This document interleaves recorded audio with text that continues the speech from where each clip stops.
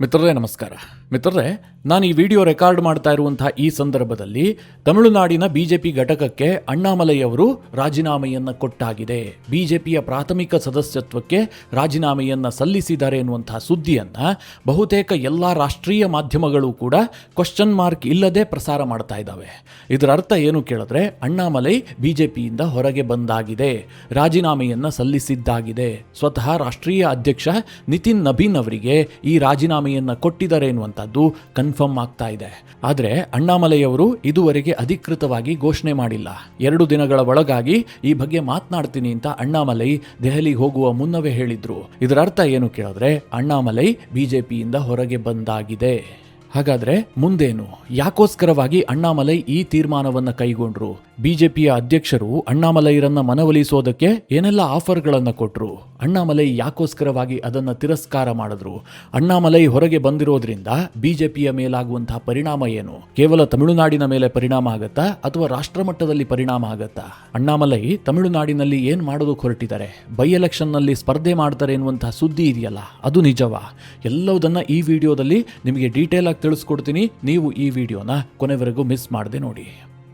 ಇವತ್ತು ಅಣ್ಣಾಮಲೈ ಬೆಂಗಳೂರಿನಲ್ಲಿ ಡಿಸಿಪಿ ಆಗಿ ಕೆಲಸ ಮಾಡ್ತಾ ಇದ್ರಲ್ಲ, ಅವರ ಗತ್ತು, ಆ ಗೈರತ್ತು, ಅವರ ಕಾರ್ಯಶೈಲಿ ಎಲ್ಲದೂ ಕೂಡ ತುಂಬಾ ಕಾಡೋದಕ್ಕೆ ಶುರುವಾಯಿತು.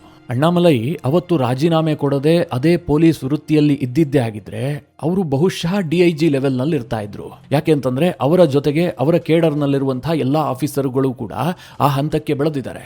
ಅಣ್ಣಾಮಲೈ ಗೊತ್ತಲ್ಲ, ಸಿಂಗಂ ಖ್ಯಾತಿಯನ್ನ ಗಳಿಸಿದ್ರು. ಅವರೇನಾದ್ರೂ ಪೊಲೀಸ್ ವೃತ್ತಿಯಲ್ಲೇ ಇದ್ದಿದ್ದೇ ಆಗಿದ್ರೆ ಖಂಡಿತವಾಗ್ಲೂ DIG ಹುದ್ದೆ ದಕ್ಕಿರ್ತಾ ಇತ್ತು. ಪೊಲೀಸ್ ಇಲಾಖೆಯಲ್ಲಿ ಇದ್ದಂತಹ ಸಂದರ್ಭದಲ್ಲೂ ಕೂಡ ಅಣ್ಣಾಮಲೈ ಕಾಲೆಳೆಯುವಂತಹ ಅನೇಕ ಕೆಲಸಗಳಾದ್ವು. ಆ ಸಂದರ್ಭದಲ್ಲಿ ಅಣ್ಣಾಮಲೈ ಮನಸ್ಸಿಗೆ ಬಂತು, ಈ ಸಲಾಂ ಹೊಡ್ಕೊಂಡು ಇವ್ರು ಹೇಳದಂಗೆ ಕೆಲಸ ಮಾಡ್ಕೊಂಡಿರೋದಕ್ಕೆ ಸಾಧ್ಯ ಇಲ್ಲ, ನಾನು ಕೂಡ ಈ ಕಾನೂನನ್ನ ರಚಿಸುವಂತಹ ವಿಭಾಗಕ್ಕೆ ಹೋಗ್ತೀನಿ, ಕೇವಲ ಕಾನೂನನ್ನ ಜಾರಿಗೊಳಿಸುವಂತಹ ವಿಭಾಗದಲ್ಲೇ ಕಾಲ ಕಳೆಯೋದಕ್ಕೆ ಸಾಧ್ಯ ಇಲ್ಲ ಅಂತ ಅವರು ರಾಜಕೀಯಕ್ಕೆ ಧುಮುಕಿದ್ರು. ಅಣ್ಣಾಮಲೈ IPS ಹುದ್ದೆಗೆ ರಾಜೀನಾಮೆಯನ್ನ ಕೊಟ್ರಲ್ಲ, ಆ ದಿನ ನನಗೆ ತುಂಬಾ ಚೆನ್ನಾಗಿ ನೆನಪಿದೆ. ನಾವು ಅವರನ್ನ ಬಾಯಿ ಬಿಡಿಸೋದಕ್ಕೆ ಸಾಕಷ್ಟು ಪ್ರಯತ್ನ ಪಟ್ವಿ. ಅವರು ಸಣ್ಣ ಸುಳಿವನ್ನು ಕೂಡ ಕೊಟ್ಟಿರಲಿಲ್ಲ. ಕೊನೆಗೆ ಅಣ್ಣಾಮಲೈ ಬಿಜೆಪಿಯನ್ನ ಆಯ್ಕೆ ಮಾಡ್ಕೊಳ್ತಾರೆ. ನರೇಂದ್ರ ಮೋದಿ ಅವರಿಗೆ ಹೆಗಲು ಕೊಡುವಂತಹ ಸಂಕಲ್ಪ ಮಾಡ್ತಾರೆ. ಆ ತಮಿಳುನಾಡಿನಂತಹ ಬರಡು ಭೂಮಿಯಲ್ಲಿ, ಬಿಜೆಪಿಯ ಪಾಲಿಗೆ ಅದು ಬರಡು ಭೂಮಿಯೇ, ಅಲ್ಲಿ ಕಮಲ ಅರಳಿಸ್ತೀನಿ ಅಂತ ಹೇಳ್ಬಿಟ್ಟು ಕಾಲಿಗೆ ಚಕ್ರ ಕಟ್ಕೊಂಡು ಓಡಾಡ್ತಾರೆ. ಸಿಕ್ಕಾಪಟ್ಟೆ ಹಾರ್ಡ್ ವರ್ಕ್ ಮಾಡ್ತಾರೆ.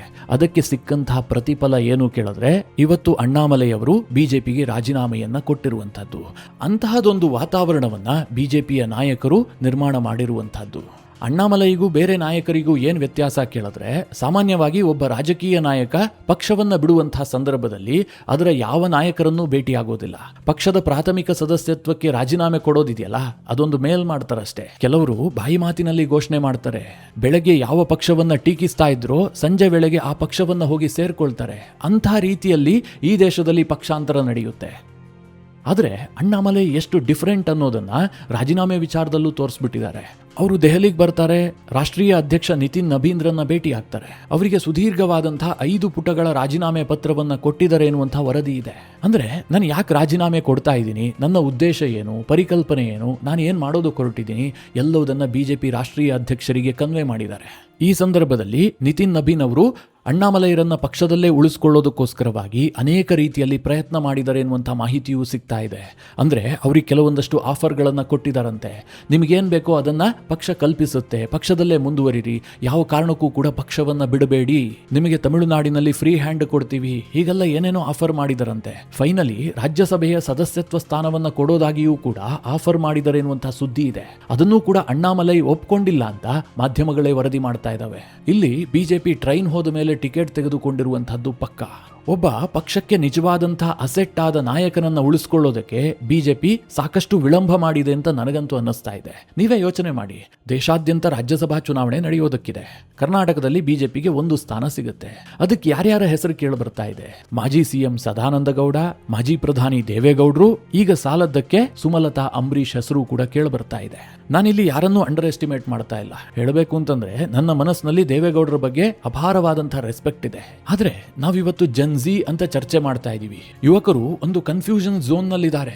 ಅವರನ್ನ ಸರಿದಾರಿಗೆ ತರುವಂತಹ ನಾಯಕತ್ವ ಬೇಕು, ಯಂಗ್ ಲೀಡರ್ಗಳು ಎಮರ್ಜ್ ಆಗಬೇಕು ಅಂತ ಚರ್ಚೆ ಮಾಡ್ತಾ ಇದೀವಿ. ಅಂತಹದ್ರಲ್ಲಿ 93 ವರ್ಷದ ದೇವೇಗೌಡರನ್ನ ರಾಜ್ಯಸಭೆಗೆ ಪುನಃ ಆಯ್ಕೆ ಮಾಡಿ ಕಳಿಸ್ತೀವಿ. ಈಗಾಗಲೇ ರಾಜಕೀಯವಾಗಿ ನಿವೃತ್ತಿಯಾಗಿ ಇನ್ನೇನು ಆಗೋದಿಲ್ಲ ಅಂತ ಹೇಳ್ಬಿಟ್ಟು ಚುನಾವಣಾ ರಾಜಕೀಯಕ್ಕೆ ಬಾಯಿ ತಪ್ಪಿ ನಿವೃತ್ತಿ ಘೋಷಿಸಿರುವಂತಹ ಸದಾನಂದ ಗೌಡರನ್ನ ಪುನಃ ರಾಜಕೀಯಕ್ಕೆ ಕರೆತಂದು ರಾಜ್ಯಸಭೆಗೆ ಕಳಿಸ್ತೀವಿ. ದೇಶಕ್ಕೆ ಇದರಿಂದ ಏನು ಉಪಯೋಗ ಆಗುತ್ತೆ? ದೇವೇಗೌಡರು ಇರಬಹುದು, ಸದಾನಂದ ಗೌಡರು ಇರಬಹುದು, ನಿವೃತ್ತರಾಗೋದ್ರಿಂದ ದೇಶಕ್ಕೆ ಲಾಭ ಇದೆಯೇ ಹೊರತು ಅವರನ್ನ ರಾಜ್ಯಸಭೆಗೆ ಕಳುಹಿಸೋದ್ರಿಂದ ದೇಶಕ್ಕೆ ಏನೂ ಲಾಭ ಆಗೋದಿಲ್ಲ. ದೇವೇಗೌಡರು ಕಷ್ಟಪಟ್ಟುಕೊಂಡು ಈ ಏಜ್ನಲ್ಲಿ ದೆಹಲಿ ಪ್ರವಾಸ ಮಾಡೋದ್ರಿಂದ ಅವರ ಆರೋಗ್ಯಕ್ಕೆ ಇನ್ನಷ್ಟು ಡ್ಯಾಮೇಜ್ ಆಗಬಹುದಷ್ಟೇ.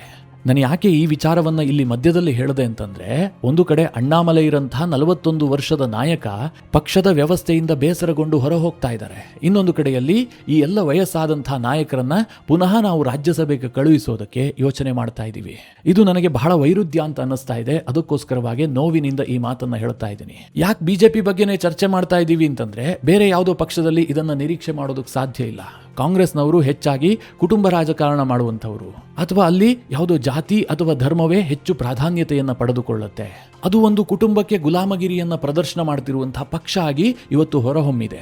ಅಂತಹದ್ರಲ್ಲಿ ನಿರೀಕ್ಷೆಯನ್ನ ಮಾಡೋದಾದ್ರೆ ಬಿಜೆಪಿಯಿಂದಲೇ ಮಾಡಬೇಕು. ಇನ್ನೆಲ್ಲ ಪ್ರಾದೇಶಿಕ ಪಕ್ಷಗಳು ಕೂಡ ವ್ಯಕ್ತಿ ಕೇಂದ್ರಿತವಾದಂತಹ ಪಕ್ಷಗಳು. ಅಪ್ಪ ಬಿತ್ತಿ ಹೋದಂತಹ ಬೀಜಕ್ಕೆ ಮಗ ವಾರಸುದಾರ ಆಗಿರ್ತಾನಷ್ಟೇ. ಅಲ್ಲೇನೋ ಬದಲಾವಣೆಯನ್ನ ನಿರೀಕ್ಷೆ ಮಾಡೋದಕ್ಕೆ ಸಾಧ್ಯ ಇಲ್ಲ. ಯುವಕರಿಗೆ ಪ್ರಾಧಾನ್ಯತೆ, AI ತಂತ್ರಜ್ಞಾನ, ಚಿಪ್ ಅಭಿವೃದ್ಧಿ ಮಾಡ್ತೀವಿ, ದೇಶವನ್ನ ಅಭಿವೃದ್ಧಿ ಮಾಡ್ತೀವಿ, ಭಾರತವನ್ನ 2047ರ ವೇಳೆಗೆ ಅಭಿವೃದ್ಧಿ ಹೊಂದಿದಂತಹ ದೇಶವನ್ನಾಗಿ ಮಾರ್ಪಡಿಸ್ತೀವಿ ಅಂತ ಪ್ರಧಾನಿ ನರೇಂದ್ರ ಮೋದಿ ಅವರು ಹೇಳ್ತಾ ಇದ್ದಾರೆ. ಪ್ರಧಾನಿ ನರೇಂದ್ರ ಮೋದಿ ಅವರು ಇಂತಹ ಟ್ಯಾಲೆಂಟ್ಗಳನ್ನ ಹೊರಗೆ ಕಳುಹಿಸಿ ಪಕ್ಷದಿಂದ ದೂರ ಮಾಡಿಬಿಟ್ಟು ದೇಶವನ್ನ 47ಕ್ಕೆ ಅಭಿವೃದ್ಧಿ ಮಾಡೋದಕ್ಕೆ ಸಾಧ್ಯ ಇದೆಯಾ? ಇದು ನನ್ನ ಪ್ರಶ್ನೆ. ಬಿಜೆಪಿಯವರು ಯಾರು ಬೇಕಾದರೂ ಉತ್ತರ ಕೊಡಬಹುದು. ಸದ್ಯ ಅಣ್ಣಾಮಲೈ ಅವರು ಅಧಿಕೃತವಾಗಿ ಪಕ್ಷದಿಂದ ಹೊರ ಬಂದಿರುವುದಾಗಿ ಘೋಷಣೆ ಮಾಡಿಲ್ಲ. ಆದರೆ ದೆಹಲಿಯಲ್ಲಿ ಸಾಕಷ್ಟು ಬೆಳವಣಿಗೆಗಳು ನಡೀತಾ ಇದ್ದಾವೆ. ಅವರು ರಾಜೀನಾಮೆ ಕೊಟ್ಟಿದ್ದಾರೆ ಎನ್ನುವಂಥದ್ದು ಕೂಡ ಪಕ್ಕಾ ಆಗೋಗಿದೆ. ಆದರೆ ಅವರನ್ನು ಪಕ್ಷದಲ್ಲೇ ಉಳಿಸ್ಕೊಳ್ಳೋದಕ್ಕೋಸ್ಕರವಾಗಿ ಈಗ ಅಂತಿಮ ಹಂತದ ಸರ್ಕಸ್ ಮಾಡ್ತಾ ಇದ್ದಾರೆ. ಈ ವಿಡಿಯೋ ರೆಕಾರ್ಡ್ ಮಾಡ್ತಾ ಇರುವಂತಹ ಈ ಸಂದರ್ಭದಲ್ಲಿ ಬಂದಂತಹ ಮಾಹಿತಿ ಏನು ಕೇಳಿದ್ರೆ, ಗೃಹ ಸಚಿವ ಅಮಿತ್ ಶಾ ಅವರು ಅಣ್ಣಾಮಲೈ ಅವರಿಗೆ ತುರ್ತು ಬುಲಾವ್ ಕೊಟ್ಟಿದ್ದಾರೆ. ಇವತ್ತು ಅಮಿತ್ ಶಾರನ್ನ ಭೇಟಿಯಾಗುವಂತಹ ಸಮಯ ನಿಗದಿ ಆಗಿರಲಿಲ್ಲ ಅಣ್ಣಾಮಲೈ ಅವರಿಗೆ. ನಾಳೆ ಭೇಟಿ ಆಗ್ತಾರೆ ಅಂತ ಹೇಳಲಾಗ್ತಾ ಇತ್ತು. ಆದರೆ ಅಮಿತ್ ಶಾ ಅವರು ಅಣ್ಣಾಮಲೈ ಅವರನ್ನ ತುರ್ತಾಗಿ ಕರೆಸ್ಕೊಂಡಿದ್ದಾರೆ, ಮಾತುಕತೆಯನ್ನ ನಡೆಸ್ತಾ ಇದ್ದಾರೆ. ಅಣ್ಣಾಮಲೈರನ್ನ ಕನ್ವಿನ್ಸ್ ಮಾಡೋದಕ್ಕೆ ಕೊನೆಯ ಪ್ರಯತ್ನವನ್ನ ಮಾಡ್ತಾ ಇದ್ದಾರೆ ಎನ್ನುವಂತಹ ಮಾಹಿತಿ ಸಿಗ್ತಾ ಇದೆ. ಇನ್ನು ಅಮಿತ್ ಶಾರನ್ನ ಭೇಟಿಯಾದಂತಹ ಫೋಟೋಗಳು ಕೂಡ ANI ಸುದ್ದಿ ಸಂಸ್ಥೆಯಲ್ಲಿ ರಿಲೀಸ್ ಆಗಿದೆ. ಅಮಿತ್ ಶಾ ಸಾಮಾನ್ಯವಾಗಿ ಈ ರೆಬೆಲ್ ನಾಯಕರನ್ನ ಕರೆದು ಮಾತನಾಡಿಸೋದಿಲ್ಲ. ನಿಮಗೆಲ್ಲ ಗೊತ್ತೇ ಇದೆ, ಯಾರಾದರೂ ಪಕ್ಷ ಬಿಡ್ತಾರೆ ಅಂತಂದರೆ ಪಕ್ಷ ಅವರಿಂದ ಅಂತರ ಕಾಯ್ದುಕೊಳ್ಳುತ್ತೆ. ಅಂತಹದ್ರಲ್ಲಿ ಈ ಅಣ್ಣಾಮಲೈ ಅವರನ್ನು ಕರೆದು ಇಷ್ಟೆಲ್ಲ ತಾಳ್ಮೆಯಿಂದ ಮಾತನಾಡಿಸ್ತಾ ಇದ್ದಾರೆ ಅಂತಂದರೆ ಎಲ್ಲೊಂದು ಕಡೆಯಲ್ಲಿ ಪಕ್ಷಕ್ಕೂ ಕೂಡ ಗೊತ್ತು, ಅಣ್ಣಾಮಲೈ ತಮಿಳುನಾಡಿನ ಬಿಜೆಪಿಗೆ ಮಾತ್ರ ಅಲ್ಲ, ರಾಷ್ಟ್ರಮಟ್ಟದ ಬಿಜೆಪಿಗೂ ಕೂಡ ಅನಿವಾರ್ಯ ಇದ್ದಾರೆ, ಅವರ ಅವಶ್ಯಕತೆ ಇದೆ ಅಂತ. ಈ ಸಂದರ್ಭದಲ್ಲಿ ಅಣ್ಣಾಮಲೈಗೆ ಅಮಿತ್ ಶಾ ಅವರು ಮನವಿ ಮಾಡಿಕೊಂಡಿದ್ದಾರಂತೆ, ನಮಗೆ ಸ್ವಲ್ಪ ಕಾಲಾವಕಾಶ ಕೊಡಿ, ಆತುರದ ನಿರ್ಧಾರವನ್ನ ಮಾಡಬೇಡಿ, ನಿಮ್ಮ ನಿರ್ಧಾರದಿಂದ ಪಕ್ಷಕ್ಕೂ ಡ್ಯಾಮೇಜ್ ಆಗುತ್ತೆ, ವೈಯಕ್ತಿಕವಾಗಿ ನಿಮಗೂ ಕೂಡ ನಷ್ಟ ಆಗತ್ತೆ, ಹೀಗಾಗಿ ಯಾವ ಕಾರಣಕ್ಕೂ ಕೂಡ ಆತುರದ ನಿರ್ಧಾರಕ್ಕೆ ಕೈ ಹಾಕಬೇಡಿ ಅಂತ ಅಮಿತ್ ಶಾ ಮನವಿ ಮಾಡಿದರಂತೆ. ಅಣ್ಣಾಮಲೈ ಕನ್ವಿನ್ಸ್ ಆದ್ರೋ ಬಿಟ್ರೋ ಅದ್ರ ಬಗ್ಗೆ ಗೊತ್ತಿಲ್ಲ. ಆದರೆ 5 ಪುಟದ ಪತ್ರವನ್ನ ನಿತಿನ್ ನಬೀನ್ ಅವರಿಗೆ ಕೊಟ್ಟಿದ್ದಾರೆ. ಅದೇ ರಾಜೀನಾಮೆ ಅಂತ ಕೆಲ ಮಾಧ್ಯಮಗಳು ವರದಿ ಮಾಡ್ತಾ ಇದ್ದಾವೆ. ನಾಳೆ ಇದು ಯಾವ ರೀತಿಯ ಟ್ವಿಸ್ಟ್ ಅನ್ನ ಬೇಕಾದರೂ ತೆಗೆದುಕೊಳ್ಳಬಹುದು. ಆದರೆ ಅಣ್ಣಾಮಲೈ ಬಿಜೆಪಿಯಲ್ಲೇ ಉಳಿಯಲಿ ಅನ್ನುವಂಥದ್ದು ನನ್ನ ವೈಯಕ್ತಿಕ ಬಯಕೆ. ಇನ್ನೊಂದು ಕಡೆಯಲ್ಲಿ RSS ಕೂಡ ಬಿಜೆಪಿ ನಾಯಕರಿಗೆ ಬಹಳ ಸ್ಪಷ್ಟವಾಗಿ ಹೇಳಿದೆಯಂತೆ, ಯಾವುದೇ ಕಾರಣಕ್ಕೂ ಕೂಡ ಅಣ್ಣಾಮಲೈರನ್ನ ಬಿಟ್ಟು ಕೊಡಬೇಡಿ, ಅಣ್ಣಾಮಲೈರಂತಹ ಸೈದ್ಧಾಂತಿಕವಾಗಿ ನಿಷ್ಠೆ ಇರುವಂತಹ ವ್ಯಕ್ತಿಯನ್ನ ಬಿಟ್ಟು ಕೊಡುವಂತಹದ್ದು ಪಕ್ಷಕ್ಕೆ ಅಪಾರವಾದಂತಹ ನಷ್ಟ ಅಂತ RSS ಕೂಡ ಬಿಜೆಪಿಯ ಕಿವಿ ಹಿಂಡಿದೆ ಅಂತ ಮಾಧ್ಯಮಗಳು ವರದಿ ಮಾಡ್ತಾ ಇದ್ದಾವೆ. ಗೊತ್ತಿಲ್ಲ ಅಣ್ಣಾಮಲೈ ಫೈನಲ್ ಆಗಿ ಏನು ನಿರ್ಧಾರ ಮಾಡ್ತಾರೆ, ಅಂತಿಮವಾಗಿ ಏನು ಘೋಷಣೆ ಮಾಡ್ತಾರೆ. ಬಿಜೆಪಿಯವರೇನಾದರೂ ರಾಜ್ಯಸಭಾ ಸದಸ್ಯ ಸ್ಥಾನವನ್ನ ಕೊಟ್ಟು ಅಣ್ಣಾಮಲೈರನ್ನ ಬೇರೆ ಬೇರೆ ಜವಾಬ್ದಾರಿಗಳಲ್ಲಿ ಬಳಸ್ಕೊಳ್ಳೋದಕ್ಕೆ ತೀರ್ಮಾನ ಮಾಡ್ತಾರಾ? ಅಷ್ಟು ಒಳ್ಳೆ ಬುದ್ಧಿ ದೇವರು ಬಿಜೆಪಿಯ ನಾಯಕರಿಗೆ ಕೊಡ್ತಾನಾ? ಗೊತ್ತಿಲ್ಲ. ಯಾಕೆ ಈ ಆಸೆ ಈಗಲೂ ಕೂಡ ನನಗಿದೆ ಅಂತಂದ್ರೆ, ಮಿತ್ರರೇ, ಅಣ್ಣಾಮಲೈ ಹೊಸ ಸಂಘಟನೆಯನ್ನ ಹುಟ್ಟು ಹಾಕ್ತೀನಿ, ಆನಂತರದಲ್ಲಿ ಅದನ್ನ ರಾಜಕೀಯ ಪಕ್ಷವಾಗಿ ಬದಲಾಯಿಸ್ತೀನಿ ಅನ್ನುವಂಥ ಗುರಿ ಇಟ್ಕೊಂಡಿದ್ದಾರಂತೆ. ಆದ್ರೆ ಅಣ್ಣಾಮಲೈ ಏಕಾಂಗಿಯಾಗಿ ಅದನ್ನ ಸಾಧಿಸೋದು ತೀರಾ ಕಷ್ಟ ಇದೆ. ಅಣ್ಣಾಮಲೈ ಬಳಿಯಲ್ಲಿ ಸಾವಿರಾರು ಕೋಟಿ ಆಸ್ತಿ ಇಲ್ಲ. ಅಣ್ಣಾಮಲೈ ಒಬ್ಬ ಮಧ್ಯಮ ವರ್ಗದ ಕುಟುಂಬದ ವ್ಯಕ್ತಿ, ಕೆಲವೇ ಕೋಟಿಗಳು ಅವರ ಆಸ್ತಿ ಆಗಿರಬಹುದು. ಅಷ್ಟು ಸೀಮಿತವಾದಂತಹ ಸಂಪತ್ತನ್ನ ಇಟ್ಕೊಂಡು ಅಣ್ಣಾಮಲೈ ತಮಿಳುನಾಡಿನಲ್ಲಿ ರಾಜಕಾರಣ ಮಾಡುವಂತಹದ್ದು ಕಷ್ಟ ಇದೆ. ತಮಿಳುನಾಡು ರಾಜಕಾರಣಕ್ಕೆ 2 ವೆರಿ ಇಂಪಾರ್ಟೆಂಟ್. ಒಂದು, ಆತನ ಹಿನ್ನೆಲೆ ಸಿನಿಮಾ ಬ್ಯಾಕ್ಗ್ರೌಂಡ್ ಆಗಿರಬೇಕು. ಎರಡನೇದಾಗಿ ಆತನ ಬಳಿಯಲ್ಲಿ ದೊಡ್ಡ ಪ್ರಮಾಣದಲ್ಲಿ ಹಣ ಇರಬೇಕು. ಒಂದೊಂದು MLA ಎಲೆಕ್ಷನ್ಗೆ 100 ಕೋಟಿ ಖರ್ಚು ಮಾಡ್ತಾರೆ. ಹೀಗಾಗಿ ಅಣ್ಣಾಮಲೈ ಮತ್ತೊಂದು ಪ್ರಯತ್ನಕ್ಕೆ ಕೈ ಹಾಕಿದ್ರೂ ಕೂಡ ಅದರಲ್ಲಿ ಯಶಸ್ಸು ಸಿಗೋದು ಸಾಕಷ್ಟು ವಿಳಂಬ ಆಗಬಹುದು. ಅದಕ್ಕೆ ಬಿಜೆಪಿಯಂತಹ ಪ್ಲಾಟ್ಫಾರ್ಮ್ ಇದ್ದಿದ್ದೇ ಆದರೆ ಅಣ್ಣಾಮಲೈಗೂ ಯಶಸ್ಸು ಸಿಗುತ್ತೆ, ಜೊತೆಗೆ ಬಿಜೆಪಿಗೂ ಕೂಡ ದೊಡ್ಡ ಮಟ್ಟದಲ್ಲೇ ಪ್ಲಸ್ ಆಗುತ್ತೆ. ನಾನು ಇತ್ತೀಚೆಗೆ ಸೋಷಿಯಲ್ ಮೀಡಿಯಾದಲ್ಲಿ ಚರ್ಚೆಯಾದ ವಿಚಾರವನ್ನು ಹೇಳ್ತಾ ಇದ್ದೀನಿ. ಇವತ್ತು ಧರ್ಮೇಂದ್ರ ಪ್ರಧಾನ್ ಅನ್ನುವಂಥ ಒಬ್ಬ ನಾಲಾಯಕನನ್ನ ಶಿಕ್ಷಣ ಸಚಿವರನ್ನಾಗಿ ಮೋದಿ ಅವರು ಕ್ಯಾಬಿನೆಟ್ನಲ್ಲಿ ಇಟ್ಕೊಂಡಿದ್ದಾರೆ. ಮೋದಿ ಅವರ ಕಲ್ಪನೆ ಏನು ಕೇಳಿದ್ರೆ, ಆತ ಚುನಾವಣಾ ತಂತ್ರಗಾರಿಕೆಯಲ್ಲಿ ಬಹಳ ದೊಡ್ಡ ಎಕ್ಸ್ಪರ್ಟ್, ಅದೇ ರೀತಿಯಾಗಿ ವ್ಯವಸ್ಥೆಯಲ್ಲೂ ಕೂಡ ಬದಲಾವಣೆ ತರುವಂತಹ ಕ್ಷಮತೆ ಇದೆ ಅಂತ ಮೋದಿ ಅವರು ಭಾವಿಸಿದ್ರು. ಆದರೆ ಅನೇಕ ಬಾರಿ ವಿಫಲವಾಗಿದೆ. ಆತ ಇತ್ತೀಚೆಗೆ ಕೈಗೊಂಡಂತಹ ಒಂದು UGCಯ ನಿರ್ಧಾರ ಉತ್ತರ ಪ್ರದೇಶದ ಚುನಾವಣೆಯ ಮೇಲೆ ಪ್ರಶ್ನಾರ್ಥಕ ಚಿಹ್ನೆಯನ್ನು ಮೂಡಿಸಿದೆ. ಉತ್ತರ ಪ್ರದೇಶದಲ್ಲಿ ಬಿಜೆಪಿಗೆ ಕಣ್ಣು ಮುಚ್ಚಿಕೊಂಡು ಓಟ್ ಒತ್ತುತ್ತಾ ಇದ್ದಂತಹ ಮೇಲ್ವರ್ಗದ ಕಮ್ಯುನಿಟಿಯವರು ಈ ಬಾರಿ ಬೇರೆ ಆಪ್ಷನ್ ಅನ್ನು ಹುಡುಕ್ತಾ ಇದ್ದಾರೆ. ಈ ವಿಚಾರ ಉತ್ತರ ಪ್ರದೇಶದಲ್ಲಿ ಬಹಳ ದೊಡ್ಡ ಚರ್ಚೆಯ ವಿಚಾರ. ಅದೇ ಧರ್ಮೇಂದ್ರ ಪ್ರಧಾನ್ ಮತಿ ಇಲ್ಲದೆ ಈ ತ್ರಿಭಾಷಾ ಸೂತ್ರವನ್ನ ಪದೇ ಪದೇ ಹೇರಿಕೆ ಮಾಡಿದ್ರಿಂದಾಗಿ ಇತ್ತೀಚೆಗೆ ಅಣ್ಣಾಮಲೈ ಕೂಡ ಅದರ ವಿರುದ್ಧವಾಗಿ ಮಾತನಾಡಬೇಕಾಗಿ ಬಂತು. ಇಂತಹ ಗೊಂದಲಗಳನ್ನು ಅನಗತ್ಯವಾಗಿ ಸೃಷ್ಟಿ ಮಾಡಬೇಡಿ, ವಿದ್ಯಾರ್ಥಿಗಳಿಗೆ ಪೋಷಕರಿಗೆ ಗೊಂದಲ ಉಂಟಾಗತ್ತೆ ಅಂತ ಅಣ್ಣಾಮಲೈ ಅವರು ಪಕ್ಷದಲ್ಲಿರುವಂತಹ ಸಂದರ್ಭದಲ್ಲೇ ಆ ನಿರ್ಧಾರವನ್ನ ಟೀಕಿಸಬೇಕಾಗಿ ಬಂತು. ಅಂತವರಿಗೆಲ್ಲ ನೀವು ಪದೇ ಪದೇ ಚಾನ್ಸ್ ಕೊಡ್ತೀರಿ. ಇಂತಹ ಅಣ್ಣಾಮಲೈಗೆ ಯಾಕೆ ಒಮ್ಮೆ ಅಧಿಕಾರ ಕೊಟ್ಟು ನೋಡಬಾರ್ದು? ನಿರ್ಮಲಾ ಸೀತಾರಾಮನ್ರನ್ನ ಇಷ್ಟು ವರ್ಷದಿಂದ ನೀವು ಪ್ರಮೋಟ್ ಮಾಡ್ತಾ ಇದ್ದೀರಿ. ಅವರು ಕೂಡ ಒಂದೇ ಒಂದು ಚುನಾವಣೆಗೆ ನಿಂತಿಲ್ಲ, ಗೆದ್ದಿಲ್ಲ. ಅವರಿಂದ ಪಕ್ಷಕ್ಕೆ 4 ಓಟ್ ಕೂಡ ಬರೋದಿಲ್ಲ. ನಿರ್ಮಲಾ ಸೀತಾರಾಮನ್ರನ್ನ ಅಧಿಕಾರದಿಂದ ಇಳಿಸಿ ಅಂತ ನಾನು ಹೇಳ್ತಾ ಇಲ್ಲ. ಆದ್ರೆ ನೀವು ಅಂತವರಿಗೆ ಅಷ್ಟೆಲ್ಲ ಪ್ರಮೋಟ್ ಮಾಡಿದ ಬಳಿಕ ಅಣ್ಣಾಮಲೈರನ್ನ ಯಾಕೆ ಪ್ರಮೋಟ್ ಮಾಡೋದಿಲ್ಲ? ಸಿಂಪಲ್ ಆಗಿ ಯೋಚನೆ ಮಾಡಿ, ಅಣ್ಣಾಮಲೈಗೆ ಎಷ್ಟು ತಳಮಳ ಇರಬಹುದು ಅಂತ.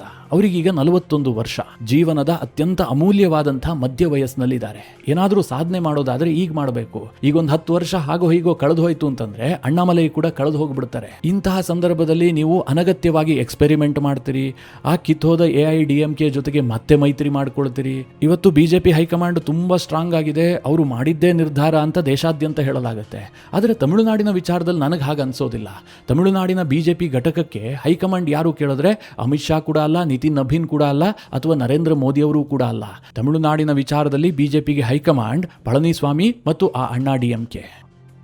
ಒಟ್ಟಾರೆಯಾಗಿ ಹೇಳೋದಾದ್ರೆ ದಕ್ಷಿಣ ಭಾರತದ ವಿಚಾರದಲ್ಲಿ ಬಿಜೆಪಿ ಬಹಳ ದೊಡ್ಡ ತಪ್ಪುಗಳನ್ನೇ ಮಾಡ್ತಾ ಇದೆ. ಈಗ ತಮಿಳುನಾಡಿನಲ್ಲಿ ಅಣ್ಣಾಮಲೈ ಹೊರಗೆ ಹೋದ್ರು ಅಂತಂದ್ರೆ ನಾನು 100ಕ್ಕೆ 100 ಹೇಳ್ತೀನಿ, ಬಿಜೆಪಿ ಇನ್ನು 20 ವರ್ಷ ಅಲ್ಲ 40 ವರ್ಷ ಪ್ರಯತ್ನ ಮಾಡಿದ್ರು ಕೂಡ ಅಧಿಕಾರಕ್ಕೆ ಬರೋದಕ್ಕೆ ಸಾಧ್ಯವೇ ಇಲ್ಲ. ಕರ್ನಾಟಕದಲ್ಲೂ ಕೂಡ ಬಿಜೆಪಿ ತಪ್ಪುಗಳ ಮೇಲೆ ತಪ್ಪು ಮಾಡ್ತಾ ಇದೆ. ಇಲ್ಲೂ ಅನೇಕ ನಾಯಕರನ್ನ ಬದಿಗೆ ಸರಿಸಿದ್ರು. ಕರ್ನಾಟಕವೂ ಕೂಡ ನೆಕ್ಸ್ಟ್ ತಮಿಳುನಾಡಿನ ಹಂತಕ್ಕೆ ಹೋಗ್ತಾ ಇದೆ. ಅದು ಬೇರೆ ವಿಚಾರ. ಇವತ್ತು ನಾನು ಅದರ ಬಗ್ಗೆ ಚರ್ಚೆ ಮಾಡೋದಿಲ್ಲ. ಈಗ ಅಣ್ಣಾಮಲೈ ಪಕ್ಷ ಬಿಡ್ತಾ ಇರುವಂತಹದ್ದು ಕೇವಲ ಬಿಜೆಪಿಗೆ ತಮಿಳುನಾಡಿನಲ್ಲಿ ಮಾತ್ರ ಡ್ಯಾಮೇಜ್ ಮಾಡೋದಿಲ್ಲ, ಇಡೀ ದಕ್ಷಿಣ ಭಾರತಕ್ಕೆ ಡ್ಯಾಮೇಜ್ ಮಾಡುತ್ತೆ. ನೀವೇ ಯೋಚನೆ ಮಾಡಿ, ಅಣ್ಣಾಮಲೈ ಕರ್ನಾಟಕದಲ್ಲಿ ವಿಧಾನಸಭಾ ಚುನಾವಣೆ ಆಗುವ ಸಂದರ್ಭದಲ್ಲಿ ಎಷ್ಟು ಬೇಡಿಕೆಯ ನಾಯಕ ಆಗಿದ್ರು ಅಂತ ನಾನೇ ಕಣ್ಣಾರೆ ನೋಡಿದ್ದೀನಿ. ಅವರು ನಮ್ಮ ಕ್ಷೇತ್ರಕ್ಕೆ ಬರಲಿ, ನಮ್ಮ ಪರವಾಗಿ ಪ್ರಚಾರ ಮಾಡಲಿ ಅಂತ ಅದೆಷ್ಟೋ MLAಗಳು ಹಾತೊರೆದಿದ್ರು. ಅಷ್ಟರ ಮಟ್ಟಿಗೆ ಅಣ್ಣಾಮಲೈ ಬಗ್ಗೆ ಕರ್ನಾಟಕದಲ್ಲಿ ಕ್ರೇಜ್ ಇದೆ. ಪಕ್ಕದ ಆಂಧ್ರ ಪ್ರದೇಶಕ್ಕೆ ಹೋಗಿ ಪ್ರಚಾರ ಮಾಡಿದ್ರು. ಕೇರಳ ಮತ್ತು ತೆಲಂಗಾಣದಲ್ಲೂ ಕೂಡ ಬಿಜೆಪಿ ಪರವಾಗಿ ಪ್ರಚಾರ ಮಾಡಿದ್ರು. ಈಗ ಬಿಜೆಪಿ ಪರವಾಗಿ ಬೇರೆ ಬೇರೆಯವರು ಬಂದು ಪ್ರಚಾರ ಮಾಡ್ತಾರೆ. ಬೇರೆ ಬೇರೆ ರಾಜ್ಯದ MLAಗಳು ಕೂಡ ಒಂದೊಂದು ಕ್ಷೇತ್ರದಲ್ಲಿ ಪ್ರಚಾರಕ್ಕೆ ಹೋಗಿರ್ತಾರೆ. ಆದರೆ ಅವ್ರು ಯಾರು ಅಂತ ಬಿಜೆಪಿ ಅಭ್ಯರ್ಥಿಗೆ ಗೊತ್ತಿರೋದಿಲ್ಲ. ಸುಮ್ಮನೆ ಪಕ್ಷ ವಹಿಸಿದೆ ಅಂತ ಹೇಳ್ಬಿಟ್ಟು ಅವ್ರು ಹೋಗ್ತಾರೆ, ಅಲ್ಲೊಂದಷ್ಟು ಪ್ರಚಾರ ಅಂತ ಫೋಟೋ ತೆಗೆಸ್ಕೊಂಡು ಬರ್ತಾರೆ. ಆ ರೀತಿಯಾಗಲ್ಲ ಅಣ್ಣಾಮಲೈ ಪ್ರಚಾರ. ಅಣ್ಣಾಮಲೈ ಬರ್ತಾರೆ ಅಂತಂದ್ರೆ ಜನ ಸೇರ್ತಾ ಇದ್ರು. ಅದು ಯಾವ ರಾಜ್ಯ ಬೇಕಾದ್ರೂ ಆಗಿರ್ಲಿ, ಯಾವ ಪ್ರದೇಶ ಬೇಕಾದ್ರೂ ಆಗಿರ್ಲಿ, ಅಷ್ಟರ ಮಟ್ಟಿಗೆ ಅಣ್ಣಾಮಲೈ ಮನೆ ಮಾತಾಗಿದ್ರು. ಇದನ್ನ ನಾನು ಹೊಗಳಬೇಕು ಅಂತ ಹೊಗಳ್ತಾ ಇರೋದಲ್ಲ. ಇತ್ತೀಚೆಗೆ ಮುಂಬೈ ಮಹಾನಗರ ಪಾಲಿಕೆ ಚುನಾವಣೆ ನಡೀತು. ಅಲ್ಲೂ ಕೂಡ ಅಣ್ಣಾಮಲೈ ಸದ್ದು ಮಾಡಿದ್ರು ಅಂತಂದ್ರೆ ಅವರ ಕೆಪಾಸಿಟಿ ಹೇಗಿದೆ, ಅವರು ಎಷ್ಟು ಕಷ್ಟಪಟ್ಟು ಆ ಒಂದು ಜನಪ್ರಿಯತೆಯನ್ನು ಗಳಿಸ್ಕೊಂಡಿದ್ದಾರೆ, ಜನ ಅವ್ರ ಮೇಲೆ ಎಷ್ಟು ವಿಶ್ವಾಸ ಇಡ್ತಾ ಇದ್ದಾರೆ ಅನ್ನೋದನ್ನ ಬಿಜೆಪಿ ಅರ್ಥ ಮಾಡ್ಕೊಳ್ಬೇಕಾಗಿತ್ತು. ಇದಕ್ಕಿಂತಲೂ ಒಂದು ಇಂಟ್ರೆಸ್ಟಿಂಗ್ ವಿಚಾರ ಹೇಳ್ತೀನಿ. ಇವತ್ತು ನ್ಯಾಷನಲ್ ಮೀಡಿಯಾಗಳು ಅಣ್ಣಾಮಲೈ ಬಗ್ಗೆ ಬಹಳ ದೊಡ್ಡ ಮಟ್ಟಿಗೆ ಸುದ್ದಿ ಮಾಡ್ತಾ ಇದ್ದಾವೆ. ಕರ್ನಾಟಕದಲ್ಲಿ ಸರ್ಕಾರ ರಚನೆಯ ಕಸರತ್ತು ನಡೀತಾ ಇದೆ. ಅತ್ತ ವೆಸ್ಟ್ ಬೆಂಗಾಲ್ನಲ್ಲಿ TMC ಪಕ್ಷ ಛಿದ್ರ ಆಗುವಂತಹ ಸ್ಥಿತಿ ಇದೆ. ಇಂತಹ ದೊಡ್ಡ ದೊಡ್ಡ ಡೆವಲಪ್ಮೆಂಟ್ ನಡುವೆಯೂ ಕೂಡ ರಾಷ್ಟ್ರೀಯ ಮಾಧ್ಯಮಗಳು ಅಣ್ಣಾಮಲೈ ಬಗ್ಗೆ ಚರ್ಚೆ ಮಾಡ್ತಾ ಇದ್ದಾವೆ. ಅಣ್ಣಾಮಲೈ MP ಅಲ್ಲ, MLA ಅಲ್ಲ, ಪಕ್ಷದ ಅಧ್ಯಕ್ಷ ಅಲ್ಲ, ಏನೂ ಅಲ್ಲ. ಅವರೀಗ ರಾಜೀನಾಮೆ ಕೊಡ್ತಾ ಇರುವಂತಹದ್ದು ಬಿಜೆಪಿಯ ಪ್ರಾಥಮಿಕ ಸದಸ್ಯತ್ವಕ್ಕೆ. ಅದನ್ನು ರಾಷ್ಟ್ರೀಯ ಮಾಧ್ಯಮಗಳು ಅಷ್ಟು ಹೈಲೈಟ್ ಮಾಡ್ತಾ ಇದ್ದಾವೆ ಅಂತಂದ್ರೆ ಅರ್ಥ ಏನು? ಅಣ್ಣಾಮಲೈ ಓಡುವ ಸರಕು. ಅಣ್ಣಾಮಲೈ ಸುದ್ದಿ ಅಂತಂದ್ರೆ ಓಡುತ್ತೆ, ಜನ ನೋಡ್ತಾರೆ, ಕ್ಯೂರಿಯಾಸಿಟಿ ಇದೆ. ನಾನು ಒಡಿಸಾದ ಒಂದು ಸುದ್ದಿ ಚಾನಲ್ನ ಅಣ್ಣಾಮಲೈ ಕುರಿತಾದಂತಹ ಒಂದು ವಿಡಿಯೋ ನೋಡ್ತಾ ಇದ್ದೆ. ಅದು 1,00,000ಕ್ಕೂ ಹೆಚ್ಚು ವ್ಯೂಸ್ ಅನ್ನು ಪಡೆದುಕೊಂಡಿದೆ. ಅಣ್ಣಾಮಲೈಗೂ ಒಡಿಸಾಗೂ ಏನ್ ಸಂಬಂಧ? ಅಲ್ಲೂ ಕೂಡ ಜನ ಅಣ್ಣಾಮಲೈ ಬಗ್ಗೆ ಯೋಚನೆ ಮಾಡ್ತಾರೆ, ಅವರ ಸುದ್ದಿಗಳನ್ನು ನೋಡ್ತಾರೆ ಅಂತಂದ್ರೆ ಅವರಲ್ಲೇನೋ ಶಕ್ತಿ ಇದೆ ಅಂತಲೇ ಅರ್ಥ ತಾನೆ. ಇದೆಲ್ಲದರ ನಡುವೆ ಒಂದು ಖುಷಿ ಸುದ್ದಿ ಏನು ಗೊತ್ತಾ? ಅಣ್ಣಾಮಲೈ ಈಗ ಪಕ್ಷಕ್ಕೆ ರಾಜೀನಾಮೆ ಕೊಟ್ಟು ಅದು ಆಕ್ಸೆಪ್ಟ್ ಆಗಿ ಅವರು ಪಕ್ಷದಿಂದ ಹೊರಬಂದ್ರು ಅಂತಲೇ ಅಂದುಕೊಳ್ಳಿ. ಅದಾದ ಬಳಿಕವೂ ಕೂಡ ಅವರು ಸಿದ್ಧಾಂತಕ್ಕೆ ರಾಜೀನಾಮೆ ಕೊಡೋದಕ್ಕೆ ನಿರ್ಧಾರ ಮಾಡಿಲ್ಲ. ಅಂದರೆ ತಾನು ನಂಬಿರುವಂತಹ ಬಲಪಂಥೀಯ ಸಿದ್ಧಾಂತ ಏನಿದೆ ಅದರ ಆಧಾರದಲ್ಲೇ ತಮಿಳುನಾಡಿನ ರಾಜಕಾರಣ ಮಾಡೋದಕ್ಕೆ ತೀರ್ಮಾನ ಮಾಡಿದರೆ ತಮಿಳುನಾಡಿನಲ್ಲಿ ಒಂದು ಬಲಪಂಥೀಯ ಸಂಘಟನೆಯ ಉದಯ ಆಗತ್ತೆ. RSS ತತ್ವ ಸಿದ್ಧಾಂತದ ಜೊತೆಗೆ ತಮಿಳು ಅಸ್ಮಿತೆಯನ್ನು ಇಟ್ಕೊಂಡು ತಮಿಳುನಾಡಿನಲ್ಲಿ ಹೊಸದಾದಂತಹ ಒಂದು ವಿಚಾರಧಾರೆಯೊಂದಿಗೆ ರಾಜಕೀಯ ಪಕ್ಷವನ್ನು ಹುಟ್ಟು ಹಾಕೋದಕ್ಕೆ ಅಣ್ಣಾಮಲೈ ಯೋಜನೆ ರೂಪಿಸಿದ್ದಾರೆ ಅಂತ ಹೇಳಲಾಗ್ತಾ ಇದೆ. ನನ್ನ ಹಾರೈಕೆ ಏನು ಕೇಳಿದ್ರೆ, ಮಹಾರಾಷ್ಟ್ರದಲ್ಲಿ ಬಾಳಾ ಸಾಹೇಬ್ ಠಾಕ್ರೆಯ ಶಿವಸೇನೆ ಹೇಗೆ ಬಿಜೆಪಿಯನ್ನು ಆಟ ಆಡಿಸ್ತಾ ಇತ್ತೋ ಅದೇ ರೀತಿಯಾಗಿ ಮುಂದಿನ ದಿನಗಳಲ್ಲಿ ಅಣ್ಣಾಮಲೈ ಹೊಸ ಸಂಘಟನೆಯನ್ನ ಕಟ್ಟಿ ಬಿಜೆಪಿಯ ಮೂಗುದಾರವನ್ನು ಹಿಡಿದು ನಡೆಸಲಿ ಎನ್ನುವಂತಹದ್ದು ನನ್ನ ಬಯಕೆ ಆಗಿದೆ. ಇಲ್ಲಿ ಕನ್ಫ್ಯೂಸ್ ಆಗಬೇಡಿ, ನಾನು ಮೆನ್ಷನ್ ಮಾಡಿರುವಂತಹದ್ದು ಬಾಳಾ ಸಾಹೇಬ್ ಠಾಕ್ರೆಯ ಶಿವಸೇನೆ, ಉದ್ಧವ್ ಠಾಕ್ರೆಯ ಶಿವಸೇನೆ ಅಲ್ಲ. ಮಿತ್ರರೇ, ಈ ಕುರಿತಾಗಿ ಏನೇ ಡೆವಲಪ್ಮೆಂಟ್ ಆದರೂ ಕೂಡ ನಿಮಗೆ ತಿಳಿಸುವಂತಹ ಪ್ರಯತ್ನ ಮಾಡ್ತೀನಿ. ಈ ವಿಚಾರದ ಕುರಿತಾಗಿ ನಿಮ್ಮ ಅನಿಸಿಕೆ ಅಭಿಪ್ರಾಯಗಳೇನು ಕಮೆಂಟ್ ಮಾಡುವ ಮೂಲಕ ನಮಗೆ ತಿಳಿಸಿ. ಹಾಗೆ ನಿಮಗೆ ಈ ವಿಡಿಯೋ ಇಷ್ಟವಾದರೆ ಲೈಕ್ ಮಾಡಿ. ಜೊತೆಗೆ ನೀವಿನ್ನೂ ನಿಮ್ಮ ನೆಚ್ಚಿನ ಸಂಸ್ಕಾರ ಸೌರಭ ಯೂಟ್ಯೂಬ್ ಚಾನಲ್ನ ಸಬ್ಸ್ಕ್ರೈಬ್ ಮಾಡಿಲ್ಲ ಅಂತಾದರೆ ಈ ಕೂಡಲೇ ಸಬ್ಸ್ಕ್ರೈಬ್ ಮಾಡಿ. ಮುಂದಿನ ಎಲ್ಲ ಅಪ್ಡೇಟ್ಗಳ ನೋಟಿಫಿಕೇಷನ್ಗಾಗಿ ಬೆಲ್ ಐಕಾನ್ ಒತ್ತಿ.